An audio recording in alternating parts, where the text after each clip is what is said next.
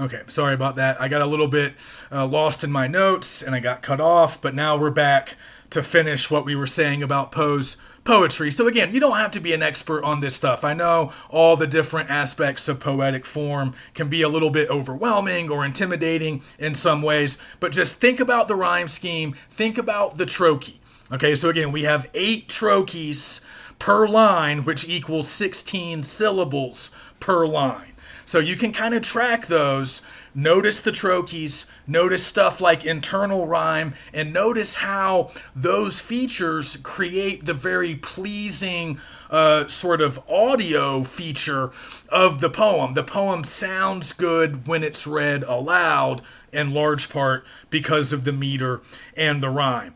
But a few of the other poems that I mentioned will also give you some examples of stuff that Poe does a lot in his poetry. He's often aspiring to some kind of visionary state or a state of like supernatural beauty. So you can notice that. Again, the death of a beautiful woman will at least be on display with Annabel Lee, a poem that many of us might be familiar with. Also, with a poem like The Bells, you might notice what's often called incantation, which is like a certain kind of repetition, distinctive use of a particular word or phrase that creates this almost like a sort of like a chant-like feature where it almost sounds like we're maybe in a religious ritual or some kind of ceremony where we are ritually repeating a certain word or an idea, so it becomes like an incantation, and that repetition can have really strong effects. The Bells is also sort of a masterwork of onomatopoeia. So there's a lot of fun stuff to kind of dig into. And other than The Raven, which is a pretty long, complex poem, you'll just kind of notice in the other shorter poems that they're pretty easy to read, right? I mean, they're accessible. Poe really was trying to attract a popular audience. So a lot of those poems aren't typically difficult to get through or understand. In fact, in some of them, like Annabel Lee, like El Dorado, he's almost using a very simple syntax at times. His rhyme scheme can be rather simple at times. Even his word choice, I wouldn't call it, elementary, but it's definitely built to be accessible. A lot of those poems are built to be enjoyed. They're built to be read out loud. So we can admire the structure, but we can also notice that they're clearly works of a popular writer who had a pretty good-sized audience. The last thing I wanted to say about The Raven, I probably lost you already with the trochees and the rhyme scheme and all that. But again, if you're interested, you can dig a lot more into structure in poetic form. There's plenty of good resources online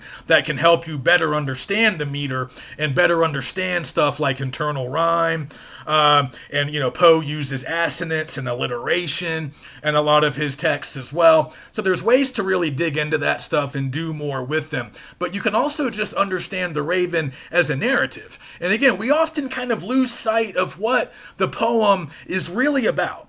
We often think that there's this bird that comes into the guy's room and does terrible things to him and terrorizes him. And in some ways, yes, the bird is kind of terrorizing him. But the bird, part of what's so scary is that the raven isn't really doing much. It is perched on that bust of Pallas, and he's not moving, and he's not doing much except saying nevermore. That's the only word that he says. So again, like many of Poe's narratives, this is the narrative of one character, our main character, our narrator, our speaker, having a breakdown, sort of losing it, losing their grasp on reality. And I want you to notice, go through it stanza by stanza, because there really is a narrative arc here. We could definitely translate this to prose if we wanted to. He starts out really sad, reading late at night, all alone, because his wife, his lover, has just recently died. So he's sad, he's alone, and he starts hearing scary noises. He's getting a little bit creeped out. Eventually, the raven shows up. And notice what happens. Notice his mood. Notice what he's doing when the raven first arrives. He's actually kind of having some fun with the raven. The guy's so lonely, he's almost happy to have the raven there. He's talking to the raven. I want us to notice this is not normal behavior. He is talking to the bird. And then he gets angry when the bird only answers him with that same single word. But notice that he starts asking very specific questions of the bird. He asks the bird if he's going to see his sweet Lenore again in the afterlife. And he grows angry when the bird does not give him the answer that he wants. So he grows frustrated with the bird. He eventually gets angry and he demands that the bird leave, but the bird does not leave. So there is a narrative arc, and we see the sort of journey or passage of the character. He goes from kind of a typical mournful state, mourning the loss of a loved one. He goes from that, something pretty recognizable, to something increasingly unhinged as he spends more time with the bird. And by the end, he's screaming at the bird. He's terrified of what the bird might symbolize, and we can really interpret it as his breakdown, his sort of mental struggle as he's trying to come to terms with his loss and what the rest of his life is going to be. So there really is more to it than we often remember. If we just stick with the Poe effect, we just think creepy, scary raven, but there's a little bit more going on, and there really is an interesting sort of progression that we can notice with our speaker, with our main character. So I've also posted the Treehouse of Horror from The Simpsons. If you want to see their rendition of the Raven, it's really good. It captures it pretty well, little bit more humor, but also read it yourself and do pay attention to the structure and how it sounds. Read it out loud. If you have somebody that you live with that will tolerate it, read it out loud.